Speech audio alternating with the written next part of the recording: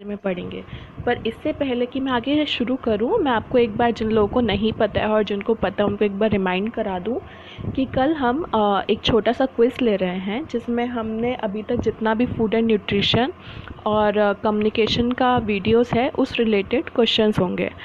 And वो हम Telegram पे ले रहे हैं। अब जो लोग टेलीग्राम पे नहीं हैं ज्वाइन हमारे साथ, तो वो लोग टेलीग्राम पे होम साइंस या फिर एग्जामिनेशन कैटलिस्ट के नाम से टाइप करेंगे तो ग्रुप आ जाएगा, तो आप उसको ज्वाइन करके कल हमारे संग क्विज़ में जुड़ सकते हैं। तो ये क्विज़ शाम को 5 बजे होगी। तो आज के लिए हम शुरू करते हैं human development and childhood studies. तो पहला question, The capacity of an individual to think rationally and solve problems is a part of A. Fine motor activity, B. Language development, C. Cognitive development, D. Good management skills। तो सबसे पहले आप इसका मतलब समझिए। Fine motor activity होती है जो हम बहुत ही, जिसमें जैसे हम इसको रिलेट करते हैं केक के एग्जाम्पल से। फिर से जब आपको केक को डेकोरेट करना होता है या फिर आप जब ड्राइंग करते हो तो आपको बहुत माइनर चेंजेस, तो बहुत फाइन चेंजेस चाहिए होते हैं। तो उसके लिए आपके फिंगर्स जो से हैं वो उतना ही एरिया में चलना चाहिए, या फिर अगर आपने उसको थोड़ा सा आगे किया तो थोड़ा सा आगे ही जाना चाहिए, यानी कि पीछे उल्टा सीधा ऐसे हो। तो that is your fine motor activity. वो आप कभी इन चीज़ों पे ध्यान नहीं देते, but that is our fine motor activity skills, जिनकी वजह से आप जितना मूव करना चाहते हैं आप सिर्फ उतना ही करते हैं।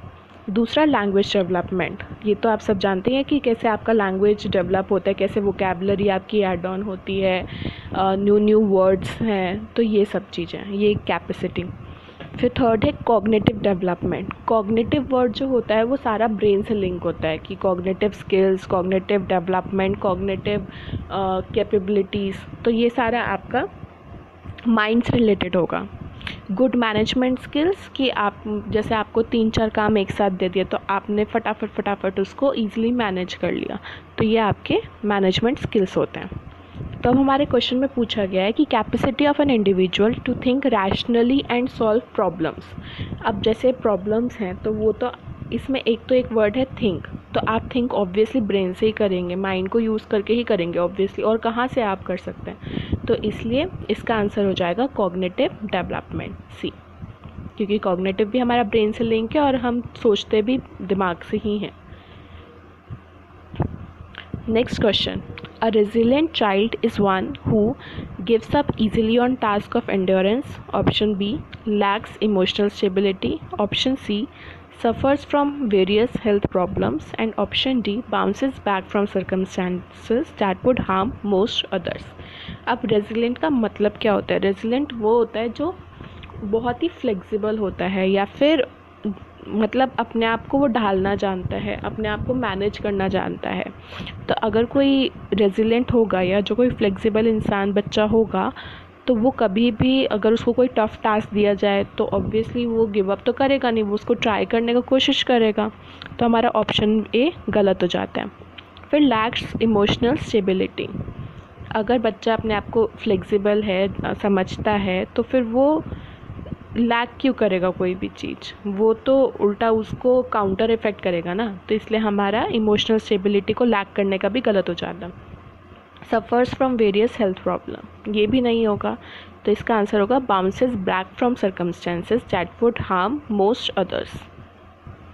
बहुत ही ये नेगेटिव में होता है, जैसे रिबेलियस होते हैं, रेजिलिएंट होते हैं, तो इन जो वर्ड्स होते हैं इनका दोनों साइड से मतलब निकलता है। इनके बहुत सारे पॉजिटिव्स भी होते हैं, नेगेटिव भी। अगर आपका बच्चा बहुत ढीठ है तो उसका कई मतलब हो सकते हैं। या ढीठ है तो मतलब ये भी हो सकता है कि अगर आपने उसको कोई काम दिया वो कर नहीं रहा, एक वो भी ढीठपना होता है। एक वो भी होता है कि आपने उसको टफ़ काम दिया और चैलेंज किया कि आप करके दिखाओ, तो उसका जो ढीठपना है उसको मजबूर करता है कि नहीं, मैं तो ये काम अब करके ही दिखाऊंगा, अब कोई इंटरफेयर नहीं करेगा। तो दैट इज़ बोथ वेज, तो इसलिए bounces back from circumstances that would harm most others. फिर हमारा next question, third question, the study of the interaction between people and machines is called as ecology, engineering, automation, ergonomics. तो ecology तो हमारा यही हो गया, इकोसिस्टम से related. फिर इंजीनियरिंग हमारा होता है कोई भी हमने मशीन डेवलप किया, तो उसको, जिससे कि ह्यूमन का काम आसान हो जाए, तो वो इंजीनियरिंग हो गया। ऑटोमेशन, हमने कोई चीज़ को इंट्रोड्यूस किया कि ऑटोमेटिक, जैसे मशीन आती है, वॉशिंग मशीन होती है, वो ऑटोमेटिक होती है, मतलब कि आपने कुछ इनपुट नहीं दिया उसमें तुरंत तो वो ऑटोमेशन हो गया।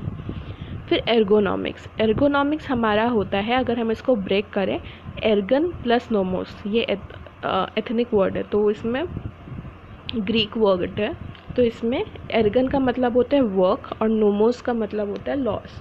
तो फिर ये हमारे वर्क लॉ से रिलेटेड होता है।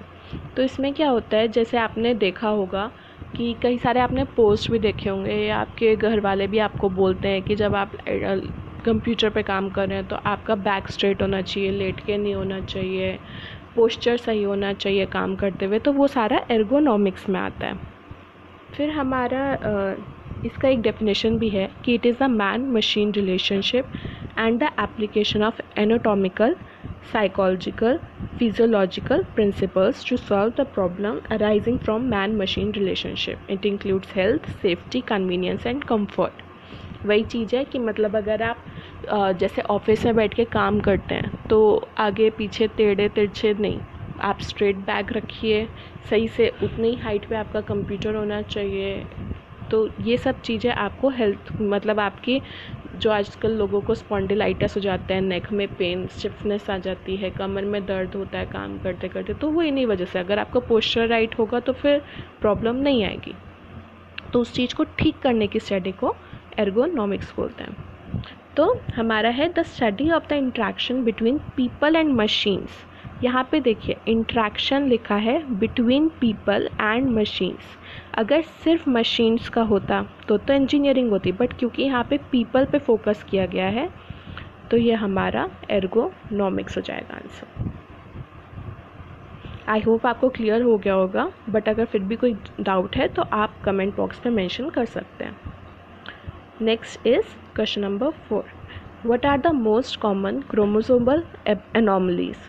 तो A multiple sclerosis, B Down syndrome, third Klinefelter syndrome, D Turner syndrome, and for that codes are A B C and D, B A B and D, third option would be A C and D, fourth would be A B and C।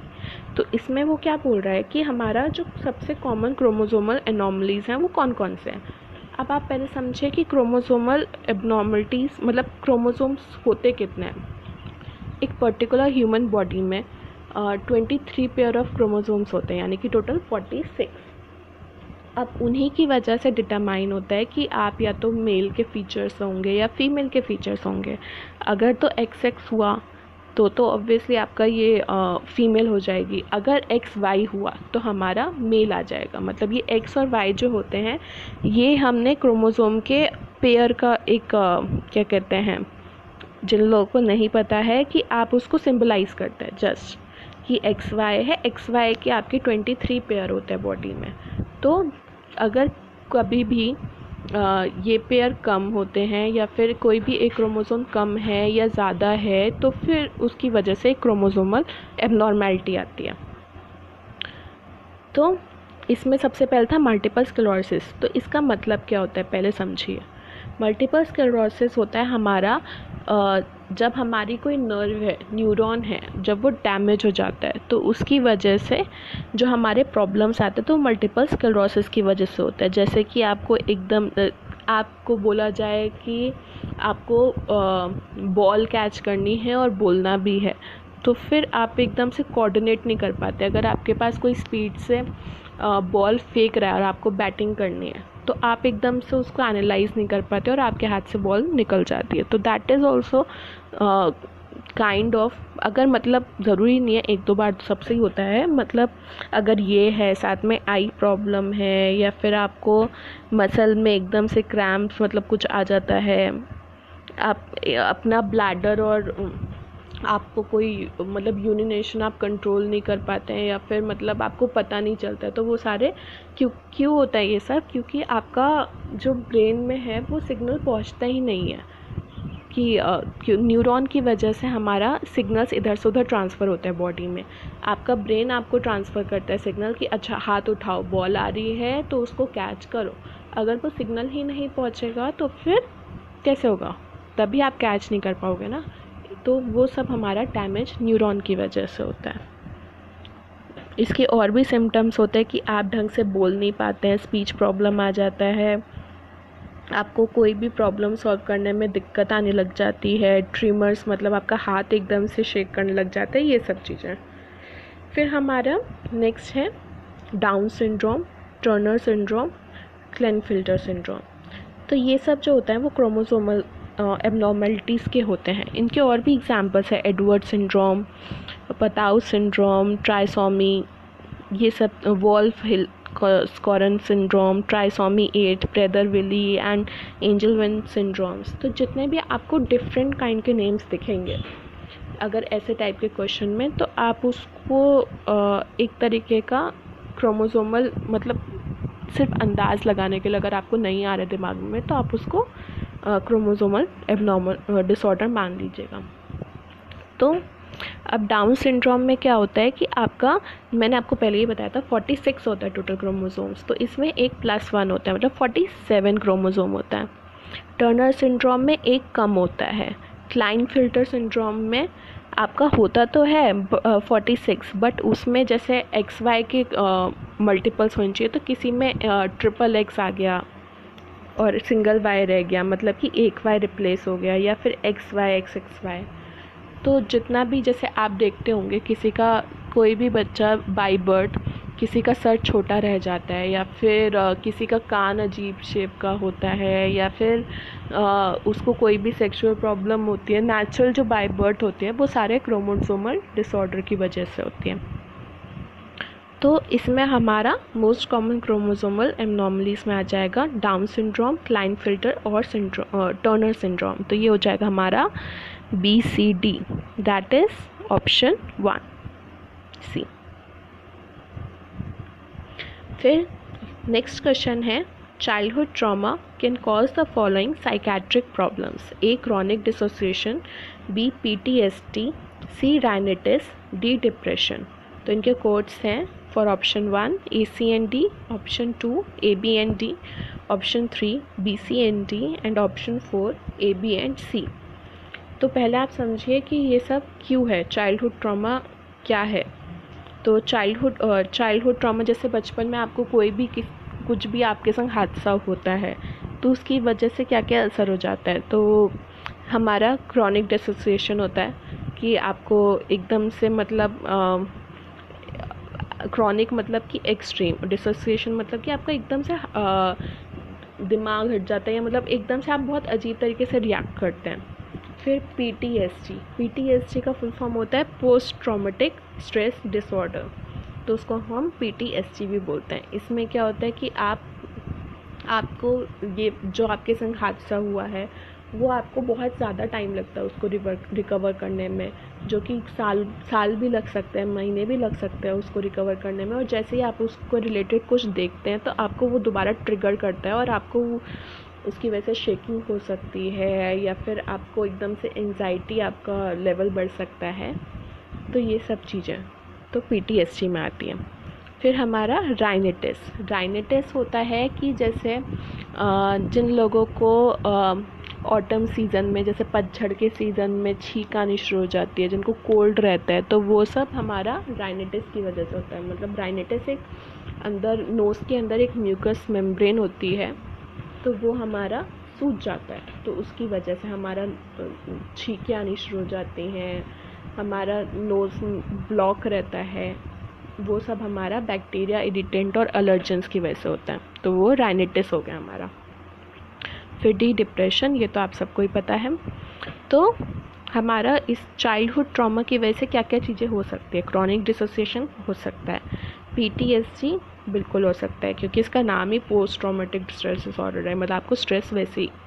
Rhinitis हमारा नहीं हो सकता है क्योंकि आप कभी भी देखेंगे कि बचपन में कुछ भी हुआ उसकी वजह से आप बाद में छींकोगे थोड़ी ना, आपको थोड़ी ना एक मौसम के आते ही छींकना शुरू कर दोगे, तो राइनिटिस हमारा नहीं होगा। फिर डिप्रेशन हो सकता है, तो ये हमारा हो जाएगा AB and D, that is option B C।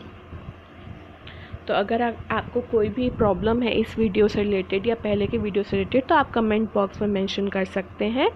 और आप हमारे संग टेलीग्राम पे भी जुड़ सकते हैं, होम साइंस एग्ज़ामिनेशन कैटलिस्ट के नाम से। और आप मेल भी लिख सकते हैं हमको examination.catalyst@gmail.com पे। और याद रखिएगा कल 5 जुलाई है, कल शाम को 5 बजे हम एक क्विज़ लेंगे जिससे आपका पता चलेगा कि आपने कितना रिटेन किया है। So thank you. और अगर आपको कोई ये वीडियो अच्छा लगा हो तो please do like, share and comment and subscribe the channel. Thank you.